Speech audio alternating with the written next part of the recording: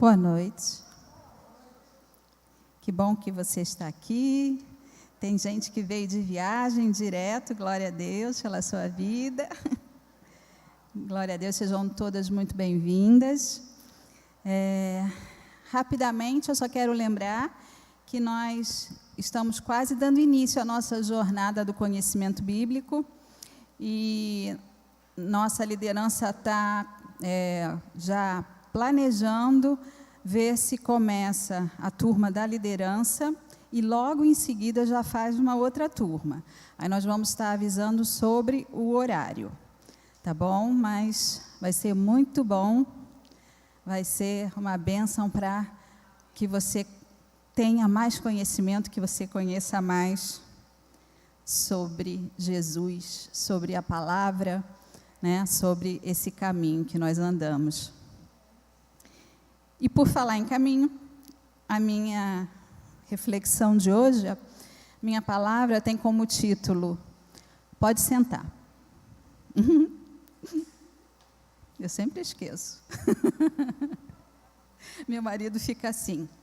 Aí eu fico, é para baixar o quê? Mas, então, voltando aqui à reflexão, Deus me inspirou e eu dei como título Coragem para o Caminho. E uma pergunta que eu começo para você refletir é a seguinte: será que a tendência que nós temos em pegar atalhos no caminho natural, nós também temos de pegar para o caminho espiritual? Vou repetir.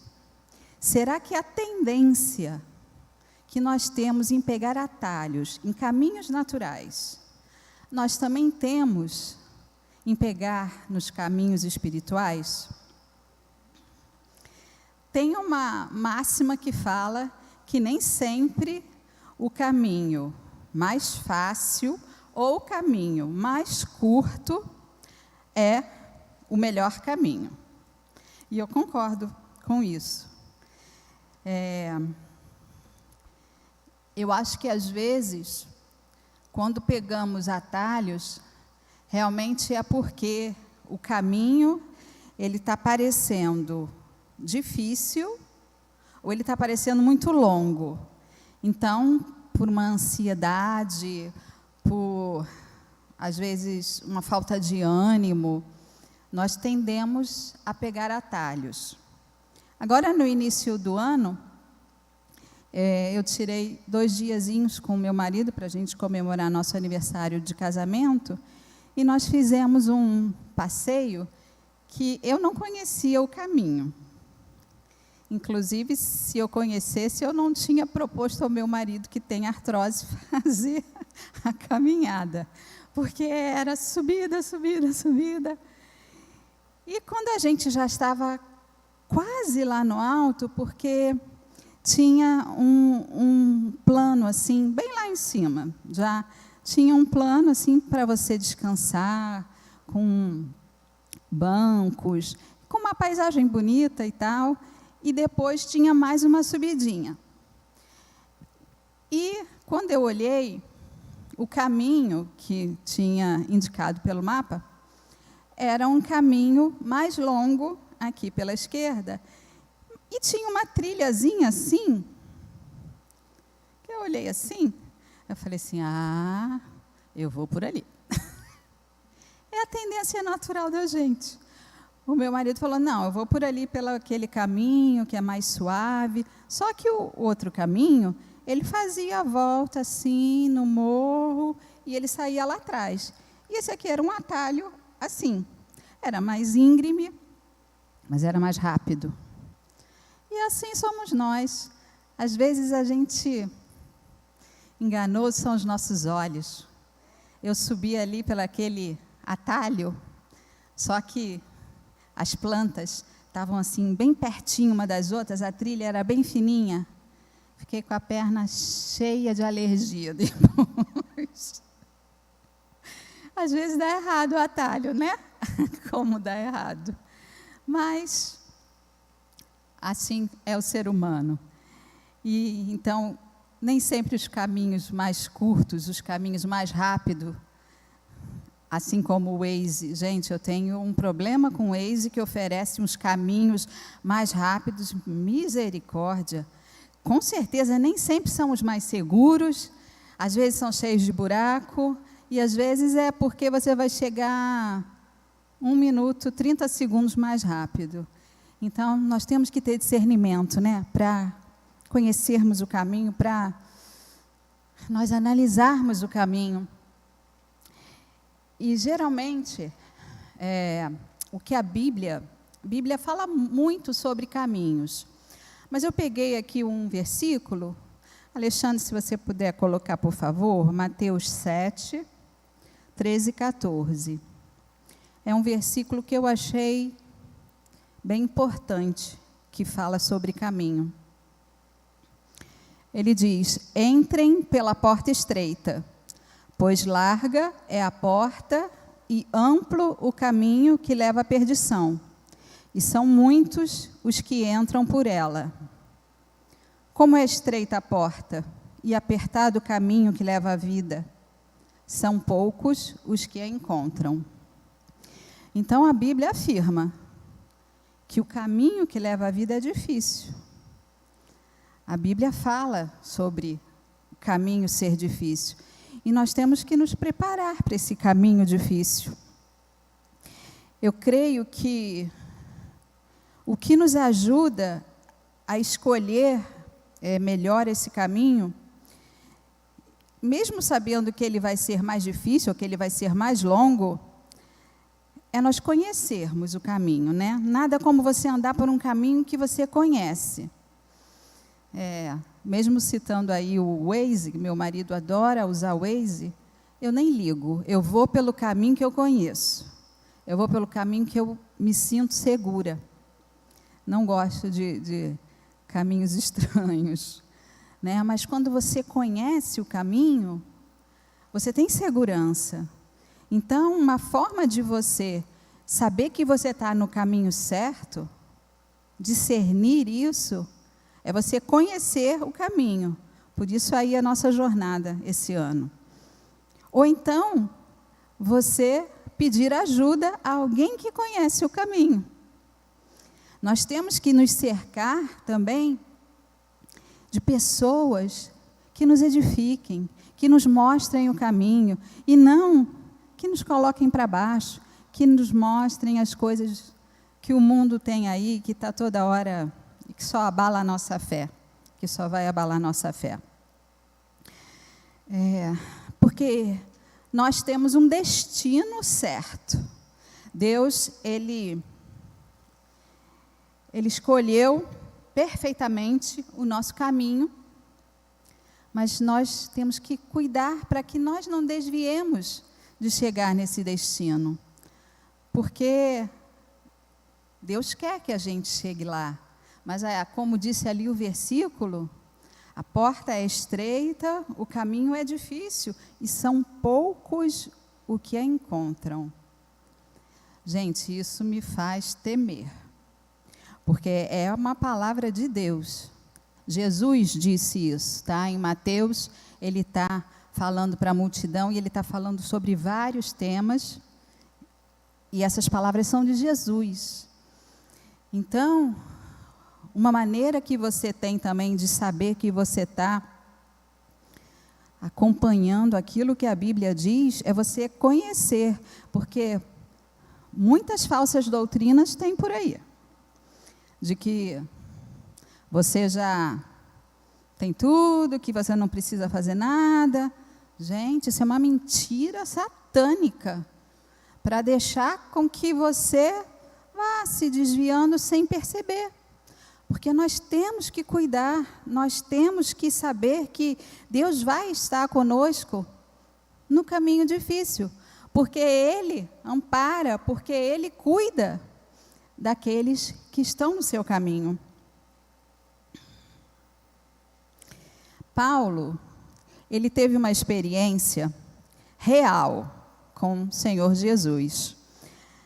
quando ele se converteu. Foi na conversão dele, que ele estava indo no caminho para Damasco, e veio uma luz muito forte, que deixou ele cego, e uma voz, que engraçado, eu estava lendo hoje, e eu não tinha parado para pensar nisso. Só Paulo entendeu aquela voz. Todos os homens que estavam ali, eles ouviram, mas eles não discerniram a voz. E a voz falava: Saulo, Saulo, por que tu me persegues? Jesus perguntando, e naquela hora ali, o caminho de Saulo, que depois virou Paulo, foi transformado. Ali, espiritualmente falando, o caminho dele foi mudado, e a partir dali, de perseguidor, ele começou a ser perseguido. Não é fácil ser perseguido. A história de Paulo é uma história difícil. O caminho de Paulo é um caminho difícil, mas precisava ser ele. Ele foi escolhido pelo Senhor para ser aquele que ia levar a mensagem para o gentio. Até então, eram só os judeus, eram só os Israel, mas Paulo foi escolhido para levar para os gentios. E ele já era capacitado, e Deus então o capacitou espiritualmente. O propósito de Deus na vida de Paulo começou, porque a palavra diz, né, que o Senhor, ele não vê com olhos humanos, ele olha e julga o coração. E ele sabia que aquele homem que perseguia, que se nós olhássemos com olhos humanos, nós jamais pensaríamos nisso. Mas Deus sabia, Deus já tinha escolhido, e ele aceitou. E o Senhor falou muitas vezes com Paulo. E eu acho que isso é maravilhoso, porque quando nós estamos nesse caminho traçado por Deus, quando nós estamos nesse propósito, o Senhor vai nos capacitando e o Senhor vai falando. E o Senhor tinha que falar ali com Paulo. Paulo teve uma comunhão muito grande com o Senhor. Ele foi ensinado diretamente no deserto por Jesus. Ele foi preparado para esse caminho.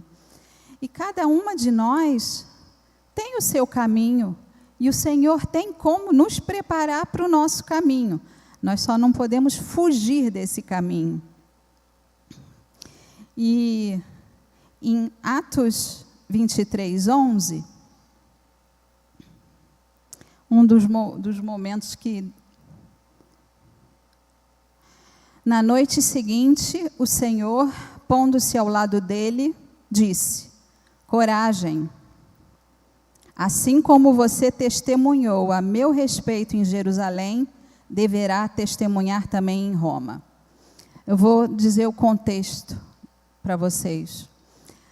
Paulo, ele foi escolhido para ir aos gentios. Então, ele foi escolhido para ir a César. Ele foi escolhido para ir a Roma. E Deus já tinha um propósito na vida dele, porque não era fácil. Não é fácil. Ele já estava sendo perseguido pelos judeus, pelos sacerdotes, em Jerusalém e em todo lugar. E sabe o que é você ser perseguido? Você fala e dizem não. Foi uma batalha constante, a pregação ali dele, né? Era uma oposição muito grande. A mesma oposição de Jesus, Paulo estava enfrentando. Porque foram estes religiosos que se opuseram a Jesus. Não foram os gentios que mataram Jesus. Foram os religiosos que entregaram Jesus, que escolheram colocar Jesus na cruz. Pelo contrário, a mesma história ali que Jesus passou, muitos desses homens gentios, poderosos, eles falaram: eu não quero julgar esse homem, eu não vejo erro nesse homem. Eles realmente não queriam fazer. Só que os chefes religiosos ficavam ali, e a mesma coisa com Paulo. Então, uma vez, Paulo, no Sinédrio, o Sinédrio é o tribunal, né, da época, ele estava indo para o tribunal, na frente dos inimigos. Mas Deus fala que Ele pode preparar uma mesa diante dos seus inimigos, mas que Ele vai te glorificar. E Paulo ali, diante dos inimigos dele, foi nesse momento, antes desse momento, que Jesus fala para ele sobre essa coragem, para ele ter essa coragem. E não foi nada fácil, porque da prisão, do tribunal, da perseguição, Paulo também sofreu naufrágios. E das histórias em Atos 27, não precisa botar agora não, porque é o capítulo todo, falando de um naufrágio que Paulo sofreu, mas que é incrível o propósito de Deus ali. Ele estava preso, ele estava sendo encaminhado para Roma, e Deus falou. Ele recebeu um aviso e tentou falar ali com as autoridades do navio, que aquela viagem iria resultar em grande prejuízo. Quer dizer, Deus já preparou ele, mas era propósito ele seguir na viagem. Mas ele estava preparado. Os outros não acreditaram. E, gente, você lê o capítulo 27 e você vê da tempestade, você vê do navio. Pensa no Titanic. Paulo lá dentro do Titanic. Era assim. O negócio foi assim. Não é, foi rapidinho aqui, não. Foram dias e dias. E o barco na tempestade, e perde isso, e perde aquilo. E os homens sem beber e sem comer, atribulados, com medo, desesperados. Vocês que viram o filme Titanic, como é que é a situação ali? É aquilo, é aquele desespero. E imagina naquele desespero da tripulação tentando fazer algo, e dos que não podiam fazer nada, desesperados, alguns querendo se jogar no mar, alguns querendo pegar o bote salva-vidas, o barco salva-vidas e descer, e eles fecham a vela, e eles cortam a âncora, e eles são jogados perto das pedras, um desespero. E Paulo é uma voz de orientação nesse caminho difícil. Ele é aquele que está não só salvando, porque por causa de Paulo, 276 pessoas foram salvas. Nesse navio tinham 276 pessoas que foram salvas, e que Paulo falou: ninguém sai do navio, porque se vocês saírem, vocês vão morrer. Deus falou comigo que o navio vai se perder. O navio vai naufragar, mas que nenhum fio do seu cabelo vai sofrer nada se você estiver dentro do navio. E Deus encaminha, durante dias depois de estar à deriva, né? Está ao tempo. E aí a onda vai levando, o vento vai levando, e eles vão vendo que eles estão chegando perto de terra firme. E era o propósito de Deus. Deus faz com que o navio ele pare num banco de areia perto de uma ilha, a ilha de Malta. E Deus faz um grande trabalho no povo dessa ilha através de Paulo. Paulo cura, Paulo leva a palavra para muitos dessa ilha. E de uma maneira incrível, porque o sinal que o povo respeita a Paulo é porque ele é picado por uma serpente. Uma serpente. Que na hora que eles veem que ele é picado pela serpente, eles pensam: vai morrer. vai inchar, vai ter febre. E ficam naquela expectativa e nada acontece com Paulo. E aí eles começam, nossa, ele é um Deus. Ele é um Deus. E ali Paulo pode falar. Quer dizer, não foi fácil. O caminho não foi fácil, mas os milagres foram imensos. A presença de Deus estava ali com ele, nossa, de uma maneira sobrenatural, né? Então ele obedeceu e ele foi capacitado e terminou a jornada dizendo: combati o bom combate, terminei a corrida, guardei a fé. Eu creio que isso tem que ser a inspiração para a gente. Nós não temos que temer o caminho difícil se o Senhor estiver conosco.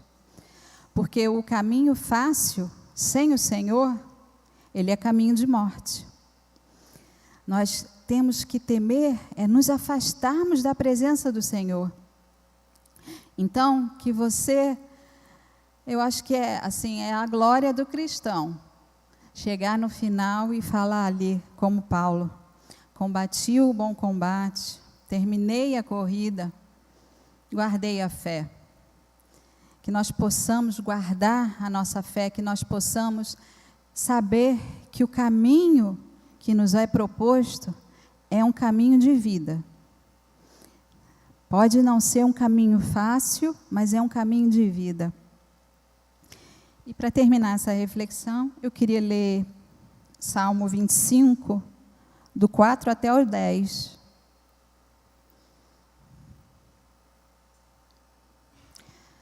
Mostra-me, Senhor, os teus caminhos. Ensina-me as tuas veredas. Guia-me com a tua verdade e ensina-me, pois tu és Deus, meu Salvador, e a minha esperança está em ti o tempo todo. Lembra-te, Senhor, da tua compaixão e da tua misericórdia que tens mostrado desde a antiguidade. Não te lembre dos pecados e transgressões da minha juventude, conforme a tua misericórdia, lembra-te de mim, pois tu, Senhor, és bom. Bom e justo é o Senhor, por isso mostra o caminho aos pecadores. Conduz os humildes na justiça e lhes ensina o seu caminho.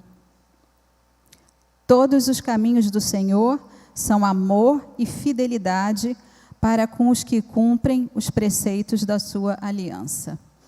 Amém.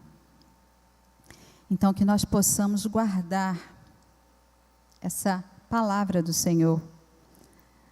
São palavras para refletir, são palavras para nós termos guardado no nosso coração e sermos dirigidas sempre pelo caminho do Senhor, guardando a nossa fé.